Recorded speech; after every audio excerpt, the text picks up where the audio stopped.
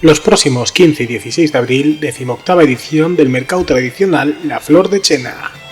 Apérate a la Calella para disfrutar de un completo programa en el que tienen espacio la artesanía, la tradición, la gastronomía, el folclore, con la presencia de diversos personajes, animación infantil, conciertos o talleres, entre otras actividades. No te pierdas, desde primera hora del sábado, les parelles de gaita y tambor o la actuación de la banda de Gaites Huestia, quien organiza el evento cuyo pregón correrá a cargo del coro La Flor.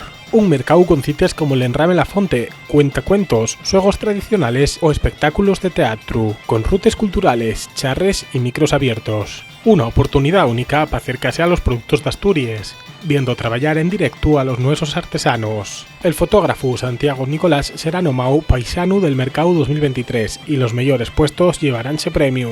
Na estalla musical, ne sesiones Bermú contaráse con las actuaciones de Daniela Cortina o la 402, los conciertos de Soacuamieva y Dobra o Disebra na noche del sábado y el cierre del mercado de la Manu del Gaire, en sin escaecer el Festival de Canción Asturiana. A lo largo de todo el fin de semana habrá espacio para el folclore de la mano de distintos grupos y bandes. Na tarde del domingo celebrarase la tarde en danza. Son solo de algunas de las actividades que acogerá el mercado tradicional La Flor de Chena, que se celebra los próximos 15 y 16 de abril en el barrio de la Calella, en La Pola. Apunta la fecha en el calendario y no faltes.